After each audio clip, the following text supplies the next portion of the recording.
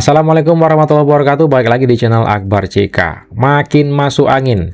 Reply Harun yang tadinya sebelum diperlihatkan ijazah Pak Jokowi ngotot minta diperlihatkan. Kalau diperlihatkan perkara selesai. Nah sekarang setelah diperlihatkan, Reply Harun sebut Pak Jokowi ini jahat. Kenapa baru sekarang diperlihatkan? Dan satu lagi, pengacara Roy Suryo, Ahmad Kosinudin.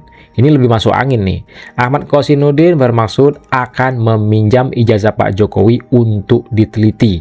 Ini gimana nih ceritanya? BB, barang bukti, ingin dipinjam oleh pihak tersangka untuk diteliti. Ini gimana nih ceritanya ya?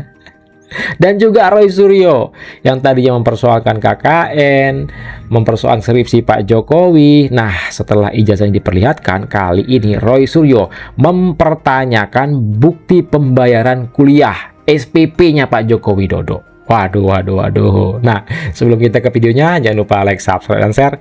Yuk kita saksikan videonya berikut ini. Kalau kita lihat soal ijazah ini kan, saya pakai satu hal yang sering saya sampaikan, komunikasi. Jadi kalau kita sedang berdebat dengan orang, dan kita memiliki bukti yang kicking, bukti yang menentukan, bukti yang bisa mematikan, nggak mungkin kita nggak keluarkan di tahap pertama. Kan gitu ya? Iya. Jadi aneh sekali kalau kemudian ijazah so-called aslinya, ya, yang katanya asli itu baru keluar 2025 tanggal 15 Desember. Itu aneh karena debat tentang ijazah asli dan palsu ini sudah paling tidak 2022 saat Bambang Tri dan Gus Nur kemudian berujung pada pemidanaan, sehingga kalau baru hadir pada tanggal 15 Desember ada dua kemungkinan: Jokowi itu orangnya kejam dan ingin memenjarakan sebanyak-banyaknya orang, atau memang ijazahnya itu baru dibuat. Nah, saya sebagai kuasa hukum atau penasihat hukum, saya kira berhala mengatakan hal demikian kan dalam rangka pembelaan RRT. Jadi saya sama Pak Taufik, sama Pak Andika itu penasihat hukum dari Roy, Rismond, dan Diva. Jadi saya kira berhak kita melakukan pembelaan baik di dalam maupun di luar pengadilan persidangan. Dan itu akan mendapat simpati publik. Tanggapan Anda bagaimana? Kami tidak berpikir terhadap simpatinya, tetapi pada proses hukumnya. Ya. Bahwa ini delik aduan subjektivitas seorang Joko Widodo untuk mencabut, kami tidak berwenang juga untuk menghalangi. Ya. Tetapi dalam konteks penegakan hukum, kami ingin klien kami sudah ditetapkan tersangka, maka hak hukumnya untuk membela diri, termasuk diantaranya untuk bisa mengakses bukti agar bisa membuktikan di tingkat penyidikan. Apa sih sebenarnya barang ini, deskripsinya setelah dilakukan verifikasi, itulah hak hukum yang hari ini kami upayakan menjadi hak klien kami dan diberikan oleh penyidik. Langkah berikutnya apa dalam waktu dekat? Langkah berikutnya dalam waktu dekat kami akan mengirimkan selagi surat untuk permohonan pinjam barang bukti yang itu juga terjadi dalam proses pengadilan. Kita lihat saja nanti.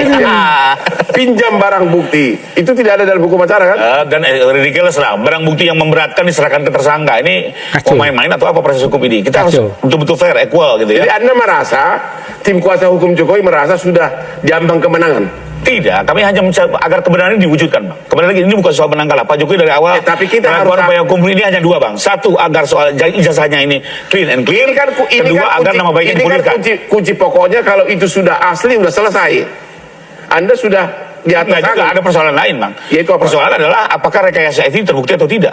Ya. Jangan lupa juga kita kalau dibilang asli kita terlalu sibuk dengan persoalan ijazah. Sebenarnya ada persoalan lain yang ancamannya lebih besar. Ya. Apakah mereka dalam rangka pencemaran nama baik melakukan atraksi IT yang tidak benar sehingga mengakibatkan masyarakat percaya? Ini yang juga salah satu yang kita sorot, Bang. Karena mereka melakukan aplikasi-aplikasi tertentu di depan publik, ujung-ujung ijazah Pak Jokowi dinyatakan sebagai ijazah Dul Matno. Ini kami penasaran, ini diuji apakah kemajuan teknologi betul-betul bisa memberikan kebenaran menjadi sebaliknya, dan itu bisa diperiksa. Sampai hari ini pun ternyata di ruangan ini pun debat tidak ada akhirnya, sampai apalagi nanti di ruangan sana. Untuk sebagai pendidikan hukum kepada masyarakat, memang menurut jurisprudensi kita, pemalsuan itu hanya bisa terbukti kalau aslinya ada. Ya, sekarang aslinya sudah ada. PP, kalau memang ada, tampilkan dong dari semester 1 sampai semester 10. Nggak ada. Tuh kan, sing ditakok nek aneh-aneh.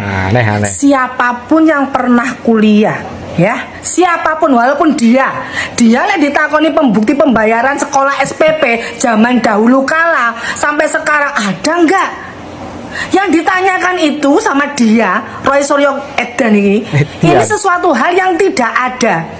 Ya siapapun itu, Mas, yo aku ditakoni ada bukti pembayaran SPP ndak? Yo jelas ora enek lah. Iki koplak tenan, ya ampun. Dia berusaha sekali membodohi kita, membodohi orang sing waras-waras ini dengan cara pikirannya dia. Dia sendiri kalau ditanya mana ada SPP-nya mulai dari pertama sampai akhir, ono ora. Nah, di mana-mana saya pun juga kalau ditakoni pembayaran, bukti pembayaran SPP yo ilang, yo ora enek. Saya ditakoni aneh-aneh KRS opo meneh. KRS sudah ada, sudah jelas nyata. Saya ditakoni sing ora enek. Begitu KRS-nya sudah ada, yo saya ditakoni sing ora enek. Contohnya, oh pastilah saya ndak ada bukti pembayaran. Ya iyalah. Lah kok sing ditakoni ijazahnya palsu opo asli, kok dadak tua kon tekan dindi. Nah cukuplah itu, kalau dia memang tidak mengetahui ijazah asli kok iso ngatain palsu, ya harus buktikan dong. Yo tekorono nengone Pak Jokowi, jaluken dhewe ya, minta sendiri, Pak mana Pak bukti SPP-nya ada enggak? Nah sekarang saya tanya sama kamu, ya Panci, kamu ada enggak? Coba netizen komen, kamu masih punya enggak bukti pembayaran kuliah di saat kita semua usianya sudah hampir 70 tahun? Jal. Walaupun ada mesti lali lehnya lagi ngendi koplak. Anjir. Ya ampun, gemes. Hai guys, komen di sini. Gimana tuh lihat orang seperti ini? Coba-coba kalian membilang saya sesat. Kalian yang sesat, mengaku atas nama siapa? Kapasitas kalian apa? Gofur, kapasitas kau apa? Kuasa hukum siapa kau? Kalau kuasa hukum ahli, kau harus mengerti dengan keahliannya. Kalau kau penegak hukum, dengan siapa klien kau? Jadi jangan begitu. Saya sangat menghormati kalian. Saya nggak pernah nudin kalian. Saya bisa kok. Kalau kita mau ribut dengan argumen, boleh. Ludahi saya kalau nggak bisa saya melawan kalian. Ingat ya, dari semua yang berkomentar sekarang, yang menggonggong sekarang itu ya, kami duluan yang menggugat. Kalian baru hari ini baru menggonggong tanpa dasar. Jangan sembarang gonggongan. Ya, saya berstatement sesuai dengan kapasitas saya. Saya melihat ijazah itu asli dari fotokopi yang beredar oleh Sandi. Pahami itu. Ada watermark, ada. Ayo kita buka nanti. Jangan kita yang berseteru. Ada embos, ada. Itu pandangan saya. Nggak mungkin saya mengada-ngada. Di sini kan kalian tadi mana saat itu kami sudah menggugat dengan kebohongan Jokowi 2019 sampai 2020, kemudian 2022 itu. Jadi jangan sekarang kalian baru sudah merasa segalanya, membawakan atas nama siapa kalian. Kalau kami bertindak dan bersikap atas nama TPUA ya, jujur, atas nama klien. Mana kliennya? Ada ditahan. Ada korban 2. Kalian siapa? Membawakan nama siapa? Boleh berpendapat di muka umum sesuai dengan Undang-Undang 45. Tapi kalau kalian hanya berkutat ingin menuding-nuding orang, jangan.